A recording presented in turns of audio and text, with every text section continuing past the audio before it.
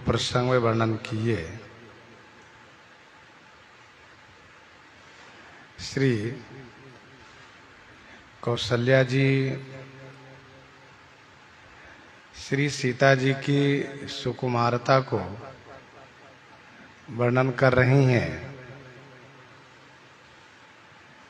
कि श्री सीता जी वन में रह नहीं पाएंगी।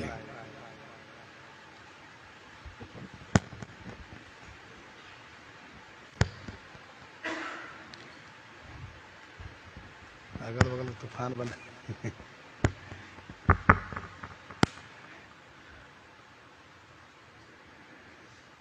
जब बनी हुई तस्वीर में बंदर को देख करके डर जाती हैं, तो वन में तो सचमुच के बानर दिखाई देंगे। और बानर ही नहीं बल्कि और भी बड़े बड़े हिंसक पशु दिखाई देंगे।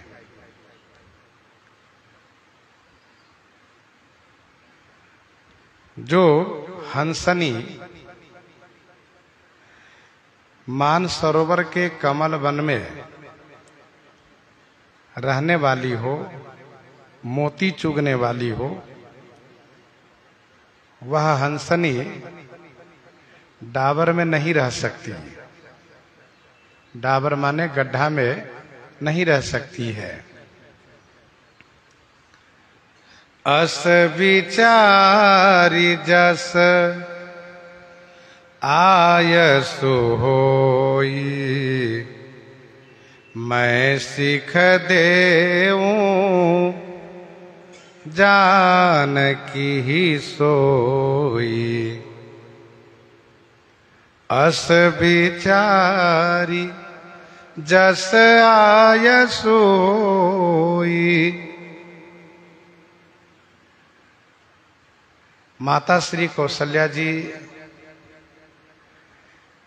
सब प्रकार से यही चाहती हैं कि श्री सीता जी घर में रह जाएं, लेकिन घर में रहने का आदेश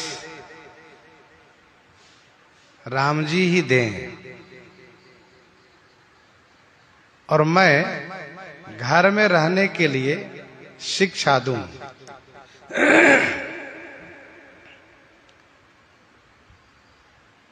माता श्री कौशल्या जी कहती हैं कि अस विचारी जस आयसु होई। अस विचारी कस विचारी, जैसा कि मैंने श्री सीता जी की कोमलता और वन की दुर्गमता को कहा है। श्री सीता जी वन में रहने योग्य नहीं है, वन में ले जाने योग्य नहीं है, ऐसा विचार करके जैसा आप आदेश करो। अस विचारी जस आयसु होई, मैं सिख देऊं जानकी ही सोई।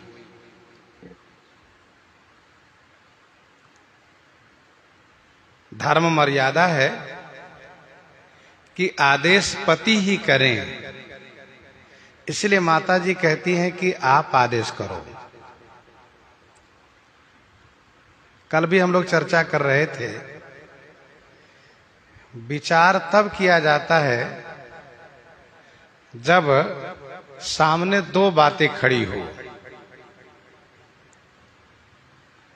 हम किस बात को ग्रहण करें, किस बात को त्याग करें,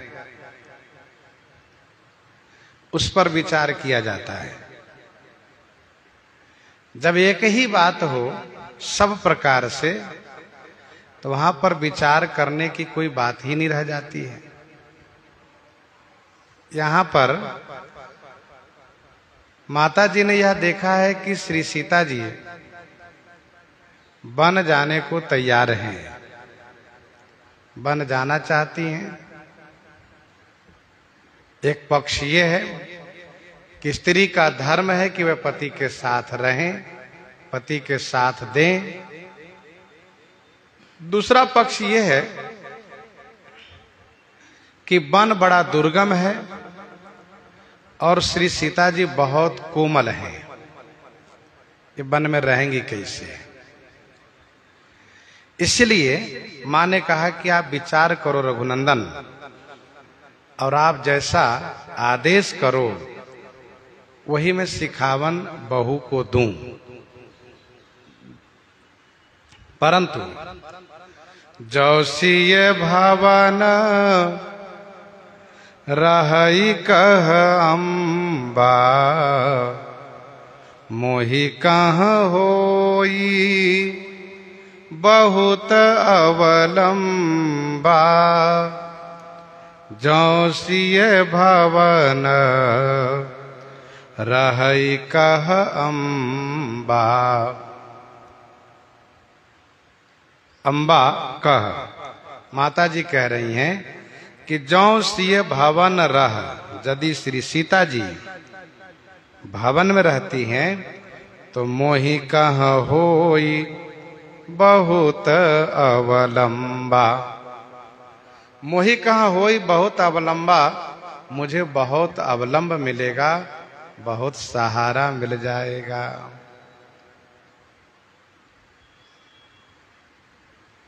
इनके घर में रहने से मुझे जीने का बहुत सहारा मिल जाएगा।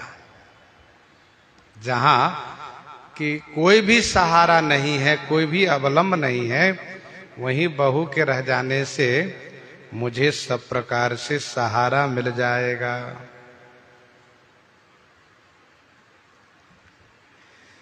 श्री सीता जी यदि घर में रह जाती हैं तो महाराज भी कहते हैं कि मैं जिंदा रह जाऊंगा, और माता श्री कौशल्या जी कहती हैं कि मुझे बहुत बड़ा सहारा मिल जाएगा। ऐसा क्यों? ऐसा इसलिए कि श्री सीता जी श्री राम जी के अभिन्न अंग हैं। गिरा अरथ जल बीच सम कहियत, भिन्न न भिन्न, तत्वतः दोनों एक ही हैं। इसलिए श्री चक्रवर्ती जी कहते हैं कि जौ नहीं फिरही धीर दो भाई, जौ नहीं फिरही धीर दो भाई, सत्य संध दृढ़ व्रत रघुराई, तो तुम विनय करहु कर जोरी, फेरिए प्रभु मिथिलेश किशोरी। यही विधि करहु उपाय कदम्बा, फिरई त होई प्राण अवलंबा, नाही तो मोर मरण परिणाम, नाही तो मोर मरण परिणाम।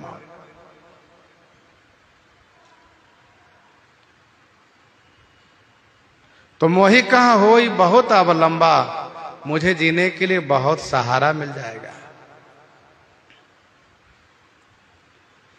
सुनि रघुबीर मातु प्रिय बानी, शील स्नेह सुधा जनुसानी। सुनि रघुबीर मातु प्रिय बानी। रघुवीर ने मातु प्रिय बानी सुनी, जो बानी शील स्नेह रूपी सुधा माने अमृत में सनी हुई है। सुनि रघुबीर मातु प्रिय बानी, शील स्नेह सुधा जनुसानी। श्री राम जी ने माता जी की प्रिय वाणी सुनी।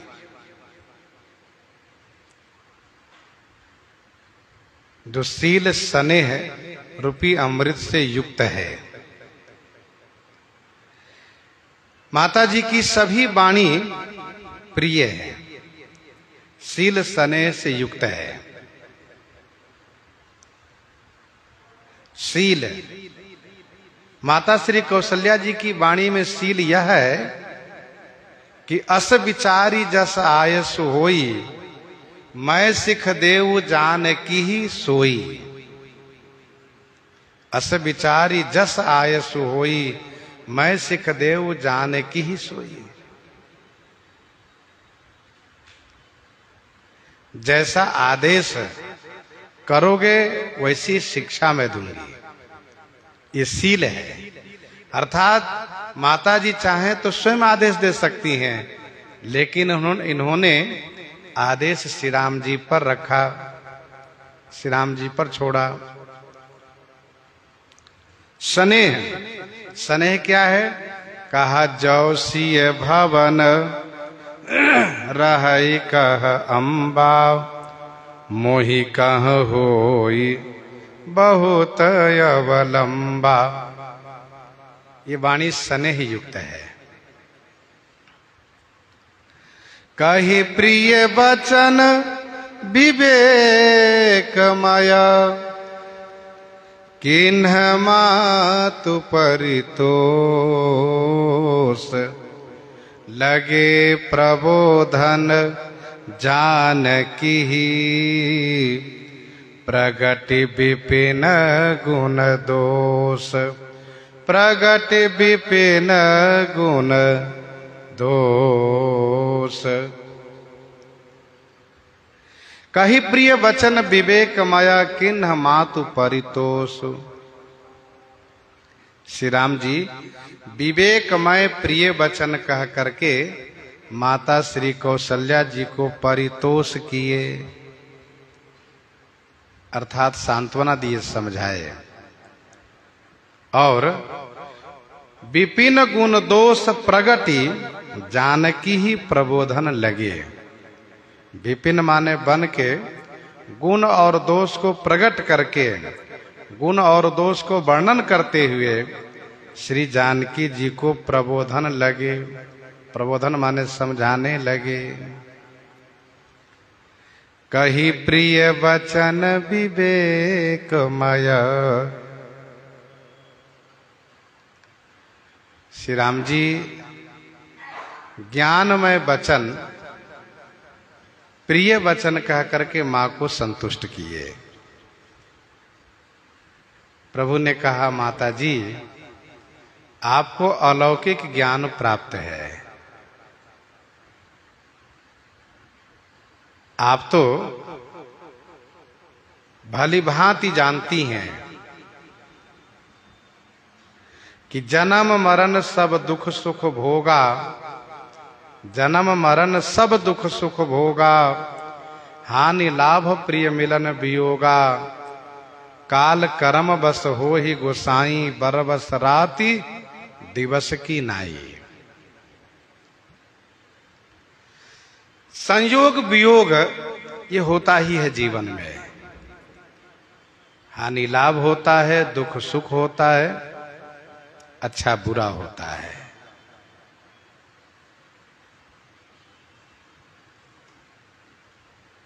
श्री राम जी ज्ञानमय वचन से समझाते हैं, क्योंकि माता कौशल्या जी को जो ज्ञान है उस ज्ञान को जागृत करते हैं। यद्यपि माता जी ने यह कहा है कि राघव जैसा आप आदेश करो वैसी शिक्षा मैं दूं, लेकिन श्री राम जी को ऐसा लगा कि यदि मैं ही समझाऊं माता जी के सामने तो माता जी को ज्यादा अच्छा लगेगा, माता जी को विशेष संतोष होगा कि राम श्री सीता को घर में रखने के पक्ष में खूब समझाए। तो श्री राम जी स्वयं समझा रहे हैं। प्रगति विपिन गुण दोष, वन का गुण और दोष दोनों वर्णन कर रहे हैं श्री राम जी। वन में जाने में तो केवल दोष ही दोष है, फिर गुण क्या है, ये प्रश्न उठता है। तो इसका उत्तर यह है कि वन में ना जाना ही गुण है, वन में ना जाना ही गुण है, और वन में जाना ही दोष है। न जाने से कोई कष्ट नहीं होगा और जाने से सब प्रकार से कष्ट ही कष्ट होगा। इसलिए लगे प्रबोधन जानकी ही प्रगति विपिन गुण दोष। मातु समीप कहत सकुचाही बोले समऊ समुझी मन माही। बोले समऊ समुझी मन माही। मातु समीप कहत सकुचाही।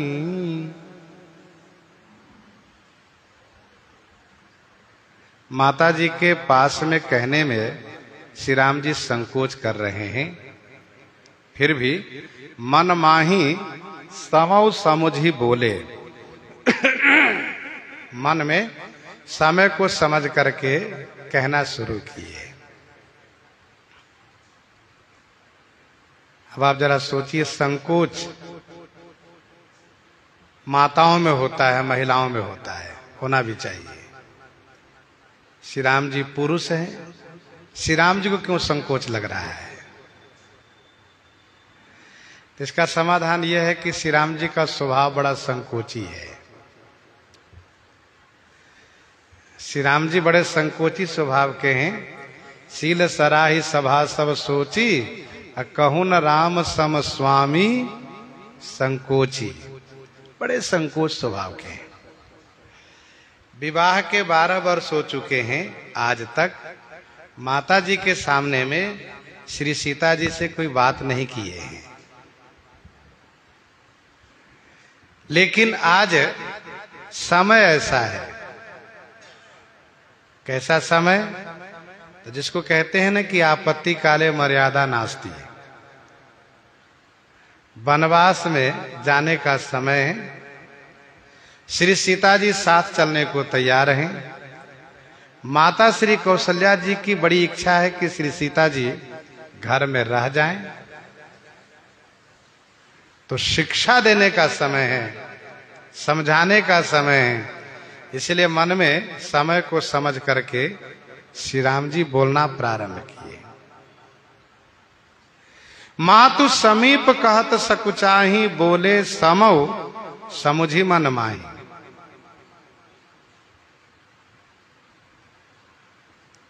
यदि एकांत होता तब श्री राम जी श्रृंगार परक संबोधन करते, लेकिन माता जी के पास हैं, इसलिए श्रृंगार परक कोई संबोधन नहीं। क्या संबोधन करते हैं? राजकुमारी सिखावन सुनहु, राजकुमारी सिखावन सुनहु, आन भांति जिए जनि कछु गुनहु, आन भांति जिए जनि कछु गुनहु। राजकुमारी सिखावन सुनहु, आन भांति जिए जनि कछु गुनहु। हे राजकुमारी, सिखावन सुनहु, शिक्षा सुनिए। आन भांति जिए जनि कछु गुनहु। आन भांति माने दूसरे प्रकार से, जिए कछु जनि गुनहु, दूसरे प्रकार से जिए माने हृदय में, कछु माने कुछ भी, जनि माने मत गुनिए, मत विचारिए। दूसरा अर्थ नहीं लगाइएगा, ये संकेत है। राजकुमारी सिखावन सुनहु। आप एक राजा की बेटी हैं, राजपुत्री हैं, और राजा को कितना धैर्यवान होना चाहिए, इस बात को आप समझिए। तो राज परिवार के सभी सदस्यों को धैर्यवान होना पड़ता है।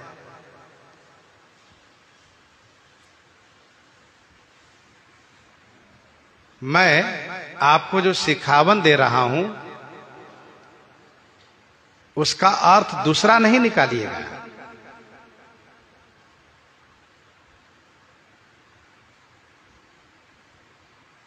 शब्द का अनेक अर्थ होता है। वह अर्थ समय के अनुसार समझा जाता है, समझाया जाता है। श्री राम जी कहते हैं कि सिखावन देने का मेरा मतलब ये नहीं है कि आपको साथ ले जाने से मैं भाग रहा हूं, आपको साथ में रखने से मैं डर रहा हूं, ऐसी बात नहीं है। मैं किस लिए सिखावन दे रहा हूं इस बात को समझिए। इसलिए श्री राम जी कहते हैं कि आन भांत जिए जनी कछु गुनहु। श्री सीता जी मन में सोच सकती हैं कि साथ में ले जाना नहीं चाहते हैं, इसलिए तमाम बहाना बना रहे हैं।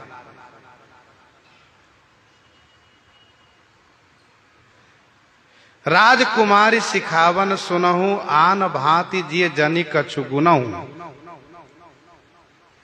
अभी आपने सुना कि एक अक्षर का अर्थ अलग अलग हो जाता है, एक शब्द का अर्थ अलग अलग हो जाता है और अपनी अपनी भावना से लोग उसका अर्थ समझते हैं, अर्थ लगाते हैं।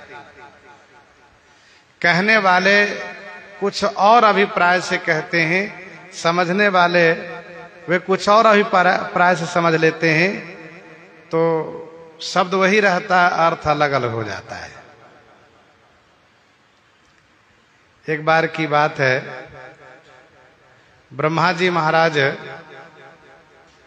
अपने पास तीनों को बुलाए, देव, दानव और मानव। देव, दानव, मानव तीनों को बुलाए और तीनों को शिक्षा दिए, तीनों को समझाए। एक साथ बैठा करके तीनों को शिक्षा दिए और जब परीक्षा के लिए श्री ब्रह्मा जी ने तीनों को पुनः एक बार बैठा करके यह जानना चाहा कि आप तीनों क्या समझे, क्या पढ़े हो, यह समझाओ, यह बताओ। तो ब्रह्मा जी ने क्या किया, सामने बोर्ड पर द लिखा, द अक्षर लिखा और पूछा देवताओं से कि अब आप लोग ये बताओ कि द माने आप लोगों ने क्या समझा, द से क्या समझा आपने। तो देवताओं ने कहा, पितामह हम लोगों ने द का अर्थ ये समझा है कि दमन करना चाहिए। क्या दमन करना चाहिए? अब दमन शब्द भी तो अलग अलग अर्थ में लिया जाता है, किसको दमन करना चाहिए? तो देवताओं ने कहा कि इंद्रियों को दमन करना चाहिए, इंद्रियों पर नियंत्रण करना चाहिए, क्योंकि हम देवता लोग इंद्रियों पर दमन नहीं कर पाते हैं, इंद्रियों को बस में नहीं कर पाते हैं, बल्कि इंद्रियों के बस में हम हो जाते हैं। हम देवता परम अधिकारी, स्वार्थ रत प्रभु भगति विसारी। ब्रह्मा जी ने कहा ठीक। इसके बाद बारी है दानव की। श्री ब्रह्मा जी ने दानवों से पूछा कि द माने तुम लोगों ने क्या समझा, ये बताओ। तो दानवों ने कहा, हे पितामह, द का अर्थ हम लोगों ने ये समझा है कि दया करनी चाहिए। ऐसा कहा? सबको एक साथ पढ़ाया है, समझाया है और परीक्षा में सब अपनी अपनी भावना के अनुसार अर्थ अभिव्यक्त कर रहे हैं। दानव ने कहा कि दया करनी चाहिए। क्यों? क्योंकि हम दानव लोग प्रकृति से निर्दयी हुआ करते हैं, हम लोग निर्दयी निर्मम हुआ करते हैं। हम लोग का हृदय बड़ा कठोर होता है, क्रूर होता है। इसलिए हमने ये सीखा है, समझा है कि दया ही सुंदर धर्म है। धर्म की दया सरी सारी जाना। तो दया करनी चाहिए सभी पर। ब्रह्मा जी ने कहा बहुत अच्छी बात है। देवताओं ने सीखा इंद्रियों पर नियंत्रण करना चाहिए, इंद्रियों का दमन करना चाहिए। दानवों ने सीखा कि दया करनी चाहिए। बारी है मनुष्यों की। मनुष्यों से पूछा आप लोगों ने क्या समझा? मनुष्यों ने कहा हे पितामह, हम लोगों ने यह समझा है कि दा माने दान करना चाहिए। दान करना चाहिए। कहा क्यों? कहा हम मनुष्य लोग प्रकृति से कृपण हुआ करते हैं, कंजूस, देना नहीं चाहते हैं, लेना चाहते हैं, देना नहीं चाहते हैं। इसीलिए हम लोगों को शिक्षा ये मिली है, यही हम लोगों ने समझा है कि यदि जीवन में कल्याण प्राप्त करना हो, जीवन में उत्कर्ष प्राप्त करना हो, तो दान करना चाहिए। इस बात को, इस कथा को यहां पर सुनाने का मतलब यह है कि अक्षर एक है द, और देव, दानव और मानव तीनों अपनी अपनी दृष्टि से इसका अर्थ लगाए हैं, अर्थ समझे हैं। तो शब्द का, अक्षर का अनेक अर्थ होता है। उसको समय के अनुसार अर्थ लगाया जाता है, अर्थ समझा जाता है। सब जगह एक ही अर्थ नहीं होता है। देश काल के अनुसार उसका अर्थ परिवर्तित होता है, अर्थ बदलता है। श्री राम जी कहते हैं कि राजकुमारी सिखावन सुनहु, आन भांति जिय जानी कछु गुनहु। आन भांति माने दूसरे प्रकार से मन में कुछ भी मत विचारिएगा। मैं जो कह रहा हूं उसी को यथार्थ समझिएगा। आपन मोर नीक जो चाहू, बचन हमार मानी गृह रहू। आपन मोर नीक जो चाहूं। आपन माने अपना, मोर माने मेरा। आप अपना और मेरा। नीक यानी अच्छाई, भलाई यदि आप चाहती हैं तो हे राजकुमारी, हमारे वचन को मान करके आप गृह रहू, अर्थात घर में रह जाइए। माता श्री कौशल्या जी ने भी पहले ही स्पष्ट किया है कि मैं आदेश नहीं सिखावन दूंगी। और श्री राम जी भी स्पष्ट कर दिए कि राजकुमारी सिखावन सुनहु, शिक्षा सुनिए, इसको आदेश मत मानिएगा। क्योंकि श्री सीता जी इस समय बहुत विह्वल हैं, व्याकुल हैं। इसलिए बड़ी सावधानी से श्री राम जी सिखावन दे रहे हैं। आन भांति जिय जनि कछु गुनहु। श्री राम जी का इशारा श्री सीता जी के उस चिंतन पर है जो श्री सीता जी चिंतन कर रही हैं कि की तनु प्राण की केवल प्राणा। मतलब प्राण और शरीर दोनों सेवा में जाएगा कि केवल प्राण ही सेवा में जाएगा। श्री राम जी मानो उस बात की ओर इशारा कर रहे हैं कि जो आप गुण रही है ना कि मैं या तो साथ चलूंगी, नहीं तो तुरंत मृत्यु को प्राप्त कर जाऊंगे। तो श्री राम जी इशारा करते हैं कि नहीं नहीं, मरने वाली बात मत सोचिए मन में, केवल प्राणा वाली बात मन में मत सोचिए। अर्थात जो मैं कहता हूं वो समझिए, आप जो गुण रही हैं उसको दूसरी प्रकार से मत विचार करिए। आपन मोर नीक जो चाहूं, बचन हमार मानी गृह रहो। आपन नीक, अपना नीक देखिए और मेरा भी नीक देखिए। तो आपन नीक क्या है और मेरा नीक क्या है? आपका नीक क्या है, मेरा नीक क्या है? श्री राम जी कहते हैं आपका नीक है, आप घर में रहेंगे तो वन के क्लेश से बच जाएंगी। वन का जो क्लेश है उससे आप बच जाएंगे, ये आपका नीक है। वन के दुख से, वन के कष्ट से, वन के क्लेश से आप बच जाएंगे, ये आपका नीक है। और मेरा नीक क्या है? कहा मेरा नीक ये है कि मैं आपकी रक्षा से मुक्त हो जाऊंगा। आप वन में रहेंगी तो मुझे आपकी रक्षा विशेष रूप से करनी पड़ेगी। आप महल में सब प्रकार से सुरक्षित हैं, वन में सब प्रकार से सुरक्षा मुझे करनी पड़ेगी। दूसरा इसका अर्थ यह है कि आपका नीक है सास की सेवा में, आपका नीक है सास की सेवा में, मेरा भी नीक है उसी में। जब आप सासू माँ की सेवा करेंगी इसमें आपका और मेरा दोनों का नीक है। क्योंकि मैं वन में जा रहा हूं, तो वन में जा रहा हूं तो मैं माँ की सेवा कर नहीं पाऊंगा। आप घर में रह करके माँ की सेवा करेंगे तो आप जब सेवा करेंगे तो मेरा भी सेवा माना जाएगा। आपकी सेवा करना मानो मेरा ही सेवा करना है।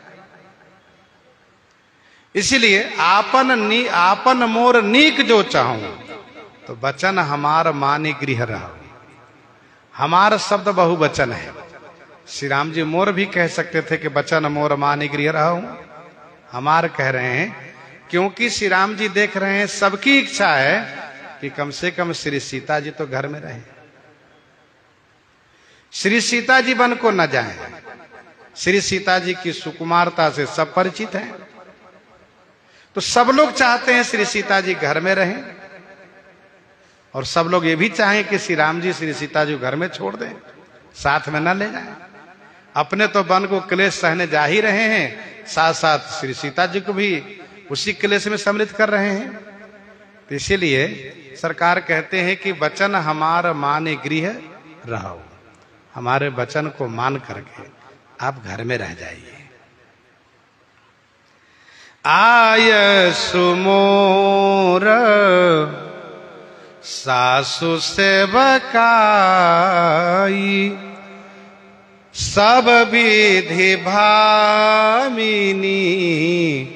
भवन भलाई।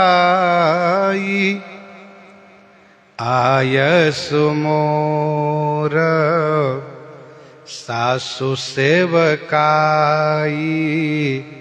सब विधि भामिनी भवन भलाई।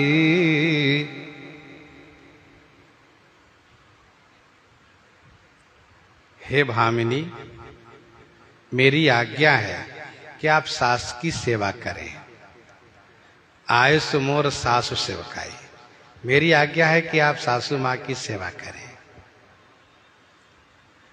सब विधि भामिनी भवन भलाई, सब प्रकार से भवन में रहने में ही आपकी भलाई है। दूसरा अर्थ ये भी है कि हे भामिनी, मेरी आज्ञा से यदि आप सासू माँ की सेवा करती हैं तो सब प्रकार से भलाई का भवन होगा, भलाई का ही भवन होगा, अर्थात सब प्रकार से भलाई ही भलाई होगी। क्योंकि सिखावन है, इसलिए सरकार कहते हैं कि यदि आप मेरी आज्ञा से सासू माँ की सेवा करती हैं तो सब प्रकार से भवन की भलाई होगी, अर्थात जीवन के लाभ मिल जाएंगे। यही ते अधिक धर्म नहीं दूजा, यही ते अधिक धर्म नहीं दूजा, सादर सासु ससुर पद पूजा, सादर सासु ससुर पद पूजा। यही ते अधिक धर्म नहीं दूजा, इससे अधिक दूजा माने दूसरा कोई धर्म नहीं है। सादर सासु ससुर पद पूजा, सादर आदर पूर्वक सास ससुर की पूजा करना, सास ससुर के चरण की पूजा करना, इससे अधिक दूसरा कोई धर्म ही नहीं है। सबसे बड़ा धर्म है। श्री राम जी कहते हैं कि घर में यदि आप रहती हैं तो आपको चारों पदार्थ मिल रहे हैं, अर्थ धर्म काम मोक्ष, ये चारों फल मिल रहे हैं। आपन नीक ये अर्थ की प्राप्ति है, मोर नीक में धर्म की प्राप्ति है, और आयसु मोर मेरी आज्ञा को पालन करने में काम की प्राप्ति है, और सादर सासु ससुर पद पूजा करने में मोक्ष की प्राप्ति है। तो चारों फल मिल रहे हैं। इससे अधिक दूसरा कोई धर्म है ही नहीं। आदर पूर्वक पति की आज्ञा को अनुपालन करती हुई स्त्री यदि सास ससुर के चरण की पूजा करती है तो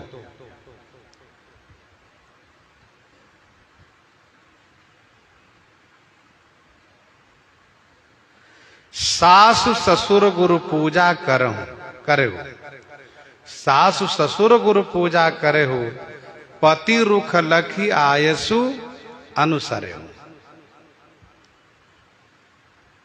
ये शिक्षा जनकपुर में श्री किशोरी जी को दी गई है।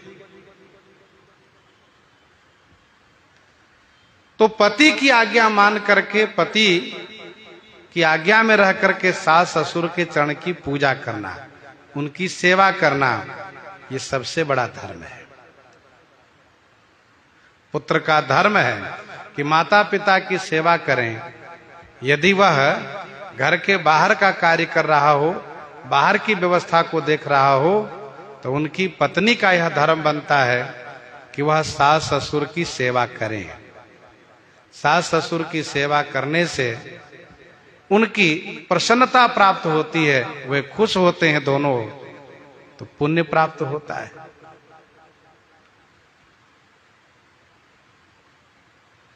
जब जब मातु करहि सुधि मोरी, हो यही प्रेम विकलमति भोरी, हो यही प्रेम विकलमति भोरी। जब जब मातु करहि सुधि मोरी, जब जब माता मेरी याद करेंगी,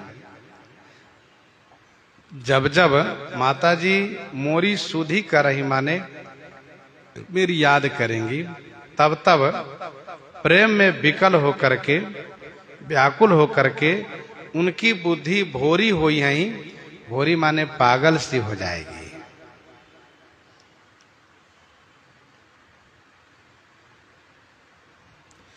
जब जब मातु करहि सुधि मोरी।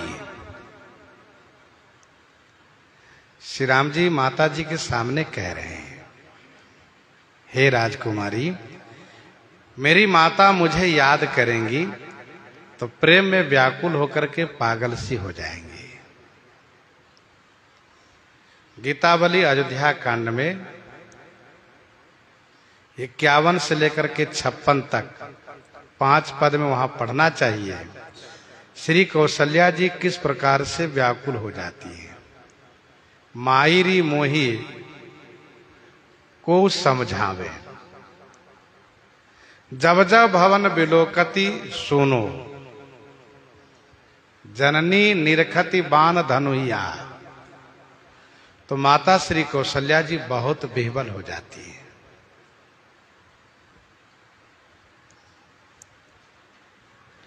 हो यही प्रेम विकल मति भोरी, प्रेम में व्याकुल होकर के इनकी बुद्धि पागल सी हो जाएगी।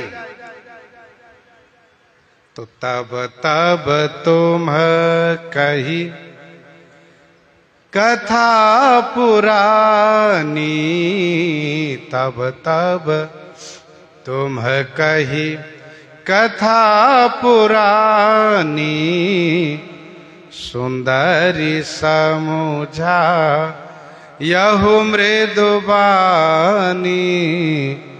सुंदरी समुझा यहु मृदुबानी।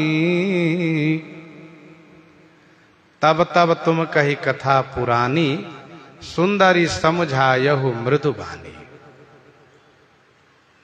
तब तब तुम पुरानी कथा कही, सुंदरी मृदुबानी समझायहु।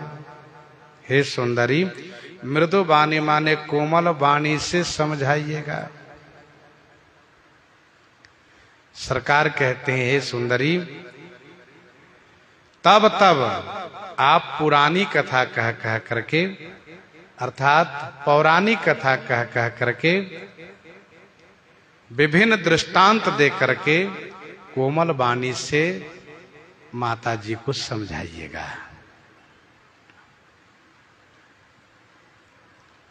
दुख में, विपत्ति में, संकट में कोई अपने वह हो जो हमदर्दी बने और पास में रह करके समझावें, तब भी वह दुख का समय कम भार महसूस होता है। और जहां कोई भी ना हो समझाने वाले भी, कोई बात सुनने वाले भी, तो वह दुख पहाड़वत होता है, भार होता है। आपस में कहने सुनने से दुख का वेग घटता है। कहेहु ते कछु दुख घटी होई। पर यह भी ध्यान रखना चाहिए कि उस दुख के सुनने व समझाने वाले कोई योग्य अधिकारी भी हो। सरकार कहते हैं कि तब तब तुम कहीं कथा पुरानी, आपकी इसी में सुंदरता बनी रहेगी, इसलिए सरकार ने कहा सुंदरी। आप पौराणिक कथा कह कह करके कोमल वाणी से मां को समझा ले जाएंगे।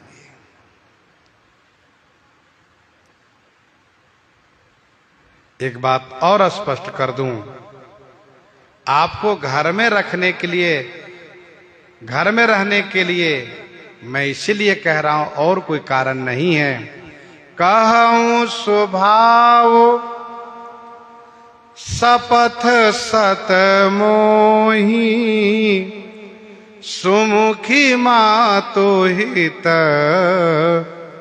राखूं तो ही, सुमुखी मातु हित राखूं तो ही।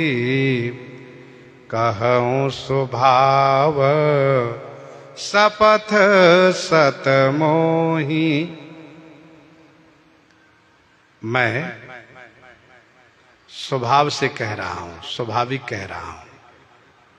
मुझे सत शपथ, मुझे सैकड़ों शपथ है, हे सुमुखी, तो ही मातु हित राखूं, तो ही तुम्हें माता के हित के लिए रख रहा हूं, बाकी और कोई कारण नहीं है। माता श्री कौशल्या जी की विह्वलता, व्याकुलता को देख करके तथा माता जी ने इच्छा प्रकट की है कि जौ सिय भवन रही कह अम्बा, मोहि कह होई बहुत अवलंबा। इसलिए सरकार कहते हैं कि मैं स्वभाव से कहता हूं, स्वाभाविक कहता हूं, मुझे सैकड़ों शपथ है। किसकी शपथ है? नाम नहीं लिए। एक के नाम लेने से फिर वहीं तक वह बात सीमित हो जाती, इसलिए सरकार ने कहा मुझे सैकड़ों शपथ है।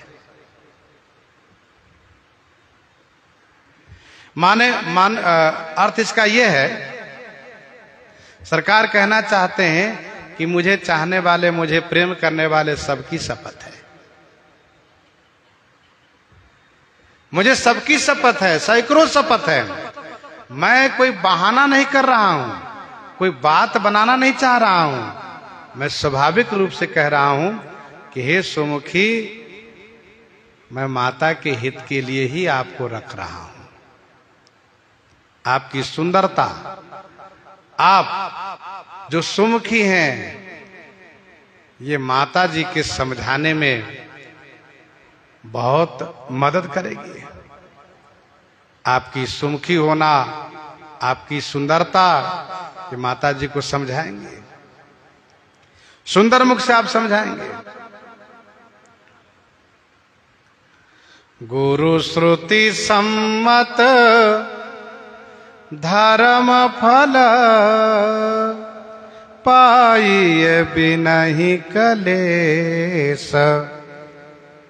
हठ बस सब संकट सहे, गालव नहुख नरेश। गालव नहुख नरेश।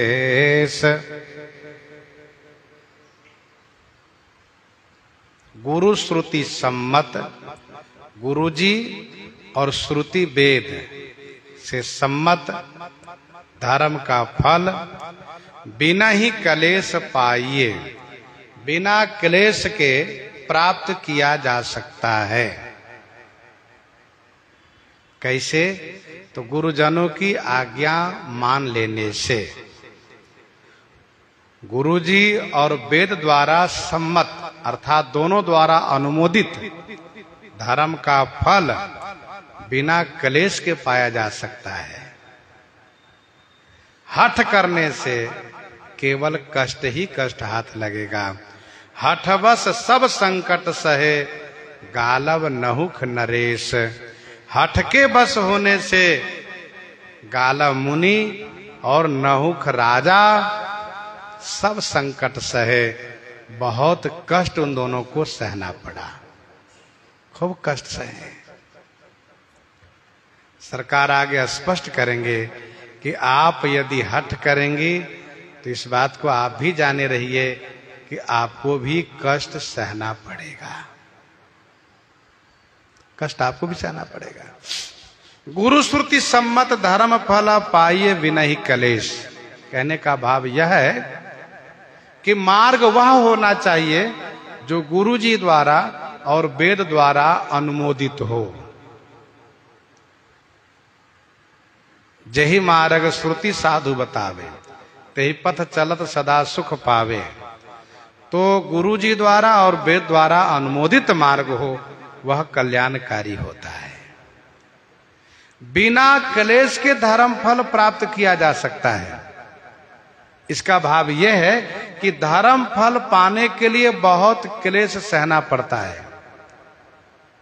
धर्म फल पाने के लिए बहुत क्लेश सहना पड़ता है। बिना क्लेश सहे धर्म फल वही पा सकता है जो इस प्रकार से आज्ञा को पालन करें, नहीं तो बहुत क्लेश सहना पड़ता है धर्म फल पाने के लिए।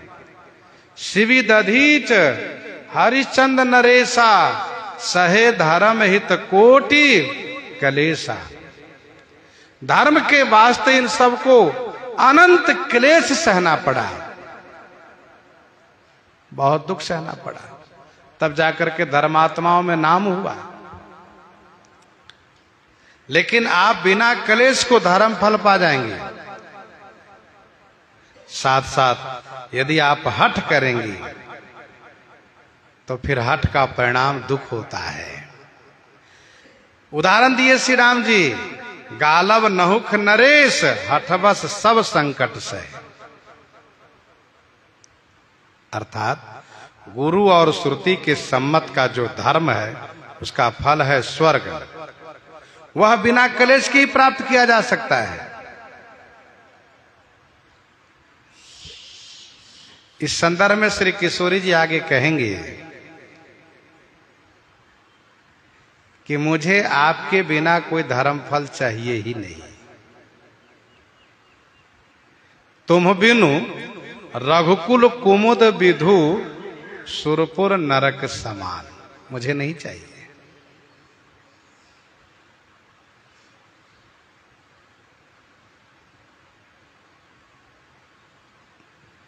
सरकार कहते हैं कि जिन्होंने हठ किया उन सब ने संकट सहे हैं। उसमें से दो का नाम लिए, जिसमें गालव मुनि निवृत्ति मार्ग वाले हैं। गालव मुनि निवृत्ति मार्ग वाले हैं, नहुस राजा प्रवृत्ति मार्ग वाले हैं। इसका मतलब यह हुआ कि चाहे बाबा बन के हट करें, चाहे गृहस्थ में रह करके हट करें, दोनों को कष्ट सहना पड़ेगा।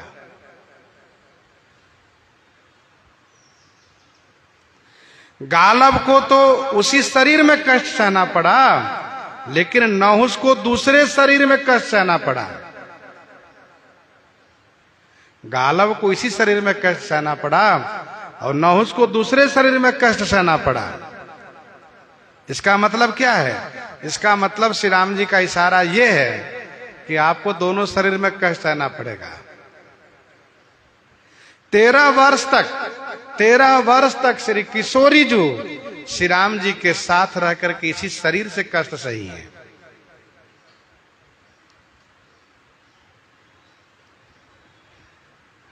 पूरते निकसी रघुवीर बधू धरी धीर दिए मग में डग दे।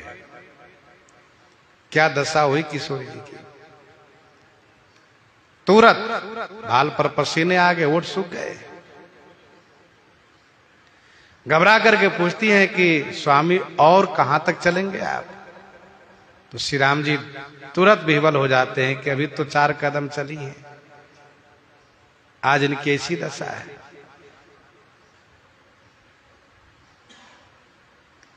फिर किशोरी जी कभी कहती हैं कि जल को गए लखन लरिका है, लक्ष्मण बालक है, जल लेने गया है। स्वामी किसी पेड़ के नीचे थोड़ा ठहर जाइए ना। तो इस प्रकार से कवितावली गीतावली में पढ़िए। सरकार कहते हैं कि इस शरीर में तो 13 वर्ष तक किशोरी जी को कष्ट सहना पड़ा इसी शरीर से, और 1 वर्ष तक दूसरे शरीर से, दूसरे शरीर का मतलब छाया शरीर से श्री किशोरी जी को लंका में असहनीय कष्ट सहना पड़ा है।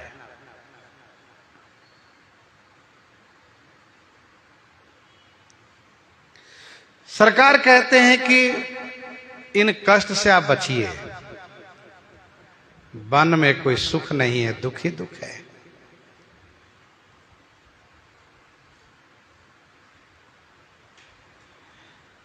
गुरु श्रुति सम्मत धर्म फल, भगवान श्री राम जी श्री गुरुदेव से वेद की शिक्षा प्राप्त किए हैं, इसीलिए गुरु जी और वेद दोनों का नाम ले रहे हैं। हठ बस सब संकट सहे गालव नहुक नरेश। ध्यान देने वाली बात यह है कि व्यवहारिक जगत में हठ तो नहीं करना चाहिए, व्यवहारिक जगत में हठ नहीं करना चाहिए। गुरुजी जो कहे मान लेना चाहिए, माता पिता सुहृदजन जो कहे उसे स्वीकार करना चाहिए, ठीक है। लेकिन भक्ति पक्ष में हठ यदि करते हैं तो वह हठ अच्छा होता है। व्यवहारिक पक्ष का, सांसारिक पक्ष का हठ परिणाम बुरा लेकर आता है, भजन भक्ति पक्ष का हठ परिणाम अच्छा लेकर आता है। भजन भक्ति करना चाहते उसके लिए यदि हठ हम किए, नहीं हम इस प्रकार से भजन करेंगे, पाठ करेंगे, नाम जपेंगे, और गुरुजन कहे नहीं नहीं इतने करके रहने दो, तो और भजन करें तो वो शोभनीय है, लेकिन व्यवहारिक पक्ष में हठ नहीं करना चाहिए। भगति पक्ष हठ नहीं सठताई, पर एक शर्त है, दुष्ट तर्क सब दूरी बहाई। श्री कागभूषुंडी जी कहते हैं भगति पक्ष हठ करी रहे, भगति पक्ष हठ करी रहे, दीन महाऋषि साप मुनि दुर्लभ बर पायऊ, देखऊं भजन प्रताप। श्री कागभूषुंडी जी कहते हैं कि भक्ति के पक्ष में मैंने हठ कर लिया, मेरा हठ है कि भरी लोचन बिलो की अवधेशा, तब सुनिहो निर्गुण उपदेशा। रामचरण बारिज जब देखो, और तब निज जन्म सुफल कर लेखो। ये इनका हठ है। तो भगति पक्ष हठ करी रहे हो, दिन महर्षि श्राप, महर्षि श्री लोमड़ जी श्राप दिए, लेकिन परिणाम अच्छा हुआ। मुनि दुर्लभ बर पायो, देखो भजन प्रताप। ये भजन का प्रताप है। तो भगति पक्ष हठ नहीं सटता, ये दुष्ट तर्क सब दूरी बहाई। लेकिन व्यवहारिक जगत में जो माता पिता गुरुजन सिखावन दे, उसे सिरोधारी करना चाहिए, उसे मानना चाहिए, अनुपालन करना चाहिए। महाभारत उद्योग पर्व में, महाभारत उद्योग पर्व में अध्याय 106 से लेकर के 17 तक वर्णन है। देवर्षि नारद जी महाराज यह शिक्षा दे रहे हैं, समझा रहे हैं कि हठ नहीं करना चाहिए। शिक्षा में कथा सुनाते हैं नारद जी कि एक बार की बात है, मूर्तिमान धर्म श्री वशिष्ठ जी का रूप बना लिए। श्री वशिष्ठ जी का रूप बना करके धर्म श्री विश्वामित्र जी के पास गए, उनकी परीक्षा लेने के लिए।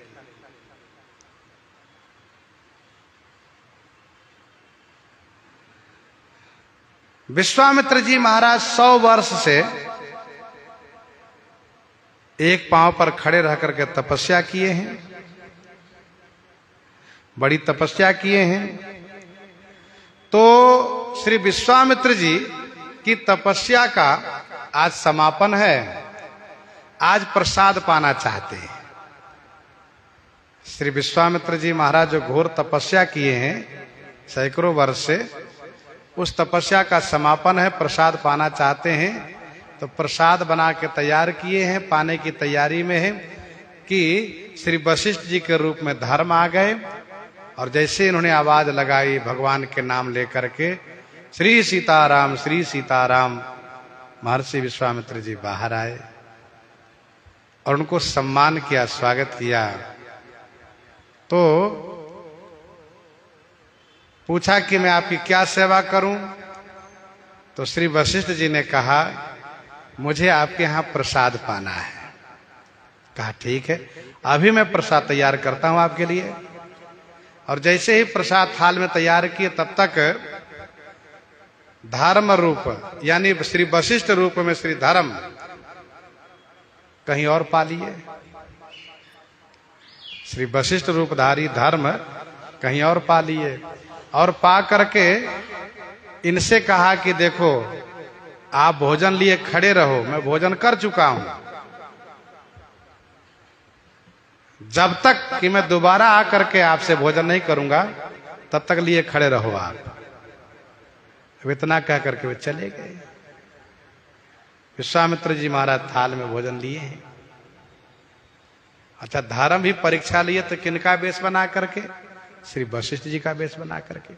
और ये आखिरी परीक्षा है, इसी के बाद इनको ब्रह्मर्षि होना है। तो धर्म चले गए, श्री वशिष्ठ जी वहां से चले गए। विश्वामित्र जी भोजन के थाल लिए वे खड़े हैं। उस स्थिति में, उस दशा में इनका एक शिष्य था जिनका नाम था गालव। गालव ने सेवा करना शुरू किया। श्री वशिष्ठ जी को आने में 100 वर्ष लग गया।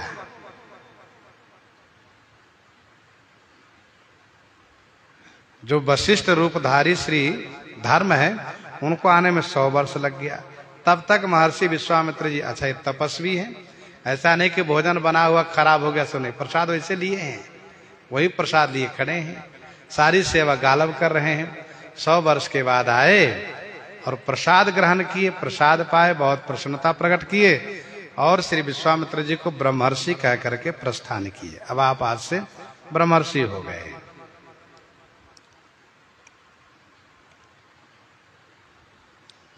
इसके बाद विश्वामित्र जी ने गालव से कहा, बेटा तुमने बड़ी सेवा की है, अब तुम्हारी तपस्या, तुम्हारा अध्ययन, तुम्हारी साधना सब पूरी हो गई, अब तुम जा सकते हो। गुरु जी की आज्ञा और गुरु जी का आशीर्वाद दोनों प्राप्त हो गया, समझ लो शुभ ही शुभ है। क्योंकि इन्होंने जो सेवा की है, सेवा के फल से महर्षि विश्वामित्र जी के, ब्रह्मर्षि विश्वामित्र जी के आशीर्वाद से गालव को सब प्राप्त हो गया, अब कोई कमी नहीं रही। लेकिन गालव ने कहा, गुरु जी हम आपको बिना गुरु दक्षिणा दिए नहीं जाएंगे। महामुनि ने कहा कि दक्षिणा की कोई आवश्यकता नहीं है, दक्षिणा की जरूरत नहीं है, तुम जाओ, तुम्हें मैं आशीर्वाद दे रहा हूं, तुम जा सकते हो। गालव ने कहा, नहीं गुरुजी, बिना दक्षिणा के साधना, अध्ययन, जो भी श्रम किया हो उसकी सफलता नहीं होती है, इसलिए हम तो आपको दक्षिणा देंगे और वो भी आपके मुंह मांगा दक्षिणा देंगे। आप बोलिए क्या आपको चाहिए, हम देंगे। अब गालव जी हट कर गए तो विश्वामित्र जी ने कहा, जब ऐसी बात है तुम दक्षिणा दिए बिना नहीं जाओगे तो 800 श्याम कर्ण घोड़ा ला करके मुझे दो। जैसे ही कहा विश्वामित्र जी ने, वैसे ही गालव ने अपना हाथ माथे पर रखा कि ये तो बहुत बड़ी दक्षिणा है, 800 श्याम कर्ण घोड़ा हम लाएंगे कहां से? इतनी संख्या में श्याम कर्ण घोड़े मिलते नहीं है। देखिए, भगवान श्री राम जी के विवाह काल में श्याम कर्ण घोड़े की अधिकता थी, तो उसमें आश्चर्य नहीं है, क्योंकि भगवान श्री सीताराम जी का विवाह है। श्याम कर्ण अगणित है होते, तेतिन रथन सारथिन जोते। लेकिन यूं ही श्याम कर्ण घोड़ा जल्दी मिलता नहीं है। श्याम कर्ण घोड़े का कान श्याम होता है, बाकी पूरा शरीर धवल वर्ण होता है, बिल्कुल दूध के जैसा चमचमाता हुआ शरीर होता है उसका, केवल कान होता है श्याम, इसलिए उसका नाम होता है श्याम कर्ण। घोड़े की विभिन्न प्रजातियों में सबसे श्रेष्ठ, सबसे सुंदर यदि कोई प्रजाति है, जाति है, तो श्याम कर्ण घोड़े की है। श्याम कर्ण घोड़े जल्दी मिलते नहीं है। अब गालव जी बहुत परेशान हो गए, सोचा अब क्या करना चाहिए। तो उनके मन में एक बात आई कि आत्महत्या कर लो, क्योंकि वो दक्षिणा में पूरी कर नहीं सकता हूं, और दक्षिणा पूरी नहीं कर सकता इसलिए संसार में मुंह दिखाने लायक मैं रहूंगा नहीं, जीवित रहना ठीक नहीं, इसलिए आत्महत्या करनी चाहिए। दूसरे क्षण उनके मन में विचार है कि नहीं, आत्महत्या करना ये तो कायरों का काम है, आत्महत्या कोई अच्छी बात नहीं है, आत्महत्या करना कोई अच्छी बात नहीं है। सामने जो परिस्थिति है उसका संघर्ष करो, सामना करो, परिश्रम करो, भगवान कृपा करेंगे, तुम्हारा पुण्य साथ देगा। अब आत्महत्या करना ये कोई बुद्धिमानी नहीं है, ना समझी वाली बात है, मरने के बाद भी निंदा कराना है। तो गालव ने आत्महत्या का विचार छोड़ दिया, भगवान विष्णु जी की शरण में गए, श्री विष्णु जी की आराधना किए। तो भगवान विष्णु जी अपने वाहन पक्षीराज गरुड़ जी को भेज दिए सहयोग के लिए। गरुड़ जी आए और श्री गरुड़ जी ने कहा, गालव चिंता मत करो, अब तुम मेरे साथ जहां जहां चलना चाहो चलो, श्याम कर्ण घोड़े की खोज करो, दुनिया में कहीं भी मिले, जहां मिले वहीं से लाओ, ला के इनको दो। तो जब इस तरह से पक्षीराज ने कहा, गालव जी बड़े खुश हो गए। तो गरुड़ जी को साथ में लिए हुए गालब जी पहले कहाँ आए? कहा राजा जजाति के पास आए। जजाति के पास आए तो जजाति ने कहा, देखो गालब मुनि जी, इस भूमंडल पर श्याम कर्ण घोड़ा गिने चुने 2-3 राजा के पास है और किसी के पास नहीं है। धरातल पर गिने चुने 2-3 राजा के पास ही है और किसी के पास नहीं है। एक काम करो, मेरे पास मेरी बेटी है जिनका नाम है माधवी, इनके ऊपर दैवीय आशीर्वाद है, इनसे 4 वंश चलेगा। और जिन राजा के पास श्याम कर्ण घोड़े हैं वे राजा निसंतान है, उनके पास संतान है नहीं। तो आप मेरी बेटी को लेकर जाओ, मैं तुम्हें दे रहा हूं, और इस बेटी से उस राजा को एक संतान प्रदान करवाओ और उनसे तुम घोड़े प्राप्त करो। इसी प्रकार से दूसरे राजा के पास जाओ, तीसरे राजा के पास जाओ, ये जो गिने चुने जो 2-3 राजा उनके पास जाओ और उनको इन बेटी से संतान प्रदान कराओ, उनसे घोड़े लो। गरुड़ जी ने गालब जी से कहा है तो बहुत बढ़िया बात है, यही उपाय अच्छा है और कोई उपाय है समझ में नहीं आ रहा है।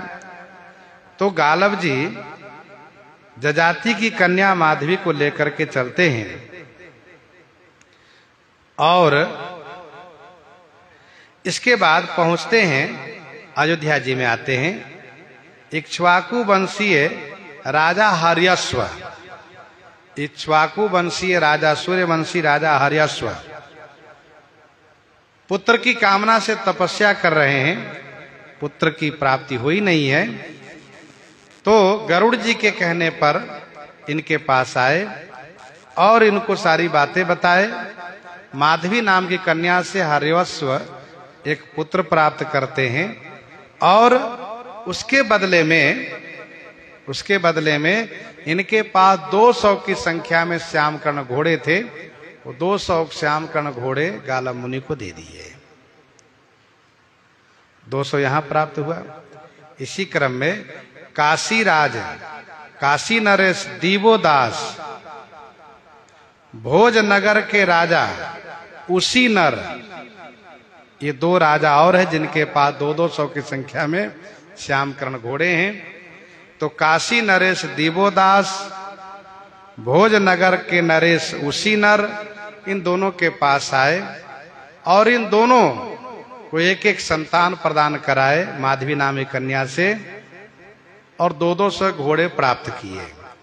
तो 3 राजा को एक संतान दे करके बदले में 200 घोड़े प्राप्त किए। 600 की संख्या में श्याम कर्ण घोड़े प्राप्त किए गालब मुनि। इसके बाद पक्षी राज ने कहा कि देखिए अब कहीं श्याम कर्ण घोड़ा है नहीं, तो हम लोग ये काम करते हैं क्या, एक संतान के बदले में 200 घोड़े मिले हैं, 3 संतान के बदले में 600 घोड़े मिले हैं। माधवी नामी कन्या से जो संतान प्राप्त किए जाते हैं उनसे 200 घोड़े, एक संतान से 200 घोड़े मिलते हैं। तो 3 वंश चलाए गए, 3 से 600 घोड़े मिले। अभी एक संतान इनसे और होना है, अर्थात एक वंश और चलेगा।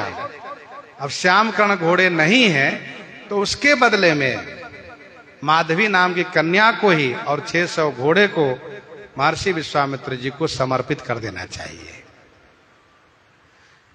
गरुड़ जी ने यह सलाह दिया है, विचार दिया है, गालब जी को यह बात अच्छी लगी है। फिर वहां पहुंचे हैं, पहुंच करके 600 घोड़े सारी कथा सुना करके कि एक वंश और इनसे चलेगा, इसीलिए हम कन्या को आपको समर्पित करते हैं। और इसके बाद गालब मुनि ने हाथ जोड़कर कहा, गुरु जी अब क्षमा कर दीजिए, बस इतनी दक्षिणा हम दे पाएंगे। तो कहने का अभिप्राय यहां पर यह है, गुरु जी तो कह रहे थे कि जाओ भजन करो और संसार का हित करो, लेकिन अब अड़ गए, चेला हट करके कि नहीं हम दक्षिणा देकर ही जाएंगे। दक्षिणा देकर जा तो लाओ दक्षिणा दो। मुंह मांगा दक्षिणा के चक्कर में बहुत कष्ट सहना पड़ा गालव मुनि को। राजा नहुस को भी हठ के कारण ही कष्ट सहना पड़ा। महाभारत में ही कथा है, उद्योग पर्व में। देवराज इंद्र वृत्रासुर को मारते हैं। देवराज इंद्र वृत्रासुर को मारते हैं। वृत्रासुर को मारने पर इनको ब्रह्म हत्या लगती है। तो ब्रह्म हत्या लगने से इनको परेशानी होती है, इनको जलन होती है, इनको कष्ट होता है।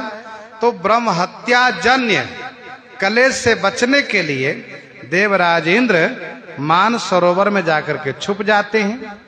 जब मान सरोवर में छुप जाते हैं तो देवलोक में राजा के बिना अराजकता फैल जाती है। चाहे भूलोक हो, चाहे देवलोक हो, चाहे कहीं की कोई व्यवस्था हो, यदि वहां के मालिक नहीं है तो वहां अराजकता फैलेगी ही, अव्यवस्था हो जाए, क्योंकि सब अपनी मनमानी करने लगते हैं। राजा का भय होता है, उनका शासन होता है। इंद्र के न रहने पर देवलोक में अराजकता हो गई।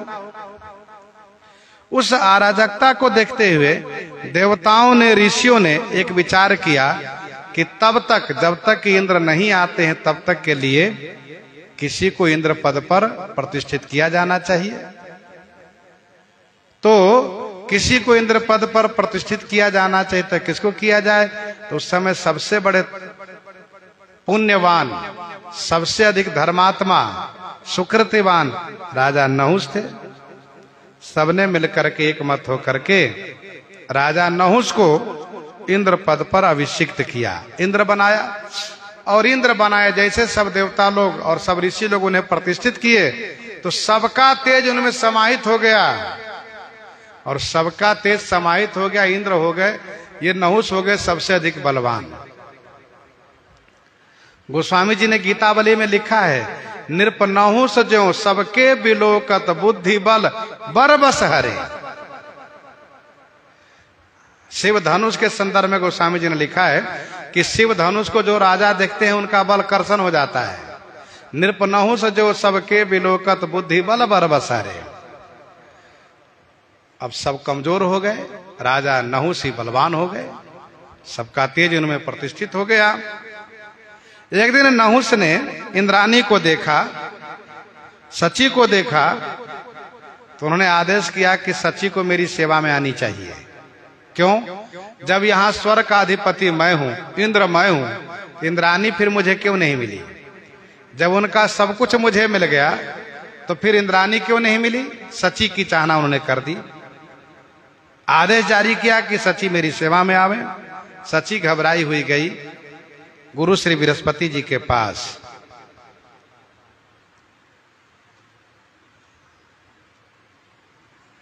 गुरु जी ने सची को समझाया और कहा कि उसकी बुद्धि खराब हो गई है, अब उसको नष्ट होने का समय आ गया है। एक काम करो,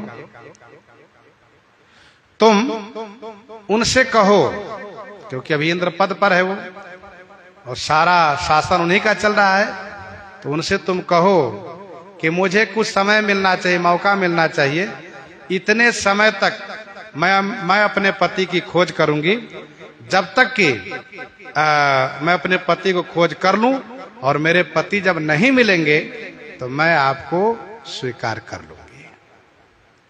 बृहस्पति जी महाराज के कहने पर सची जी ने नहुस से यही कहा कि मुझे समय मिलना चाहिए, मौका मिलना चाहिए, मैं अपने पति की खोज करूं। नहुस ने समय दे दिया, कहा ठीक है, आप इतने दिन में अपने पति की खोज करिए, नहीं मिले फिर आप मुझे स्वीकार करें।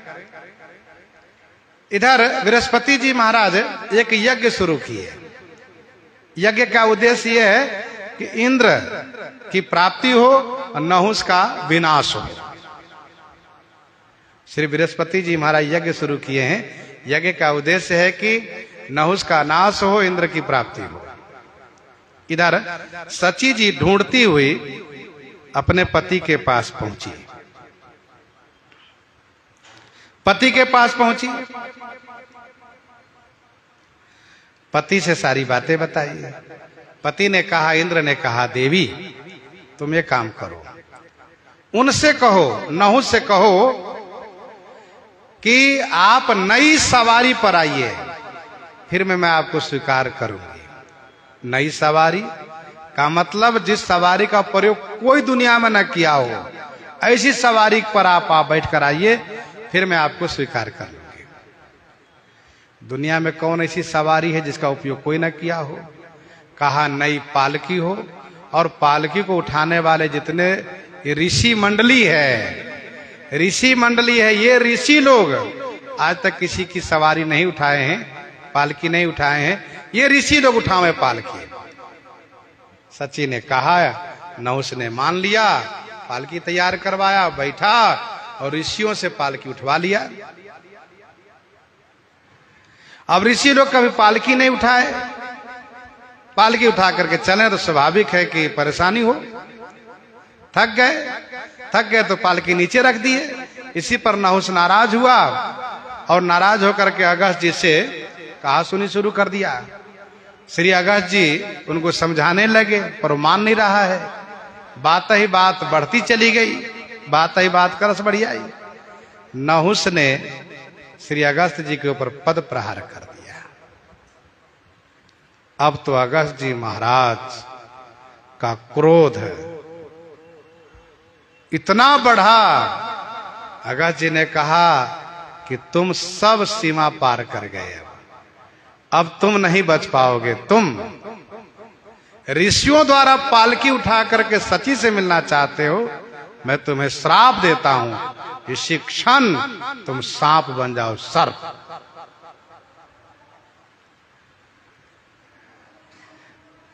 सर्प बनने का श्राप दे दिया। एक संत जी ऐसा कह रहे थे कि कहारों की भाषा होती सर्प सर्प, ऊंचा नीचा यदि हो, क्योंकि पालकी लेके चलते तो आगे वाले को दिखता, पीछे वाले को दिखता तो है नहीं, तो बोलते हैं सर्प। तो उसी में सर्प सर्प की बात आई। नहुष भी सर्प सर्प कर रहा था बार बार, क्योंकि पालकी हिल रही थी ज्यादा। अब ज्यादा हिलने से उसको परेशानी हो, चोट लगे, इसीलिए वो बोले कि सर्प सर्प। तो अगस्त्य जी कहे तुम सर्प ही बन जाओ। जाकर के द्वापर में इनका उद्धार हुआ है। कहने का भाव यह है कि नहुष ने भी हठ किया, हठ पूर्वक ऋषियों को पालकी उठवाया, इसलिए उसको हठ पूर्वक सची को चाहना किया, ऋषियों से पालकी उठवाया, इसीलिए उसको सर्प बन करके कष्ट सहना पड़ा। तो भगवान श्री राम जी कहते हैं, गुरु श्रुति सम्मत धर्म फला पाइये विनहि कलेश, हठवश सब संकट सहे गालव नहुख नरेश। मैं पुनि करी प्रमाण पितु बानी, बेगी फिरब सुनु सुम खिसयानी। मैं पुनि करी प्रमाण पितु बानी, मैं पुनि पितु बानी प्रमाण करी, मैं पुनि पितु बानी को प्रमाण करके, हे सुमुखी, हे सयानी, आप सुनिए, दुखी मत होइए, घबराइए नहीं, बेगी फिर मैं शीघ्र आ जाऊंगा। और ये 14 वर्ष का दिन समय बीतते पता नहीं चलेगा, इसलिए मेरी बात आप मानिए, मैं जो कह रहा हूं उस पर ध्यान दीजिए। लेकिन श्री किशोरी जी को यह बात जम नहीं रही है। श्री राम जी फिर भी आगे शिक्षा देते जा रहे हैं, जो और शिक्षा है वो आगे श्रवण करेंगे। प्रसंग को यहीं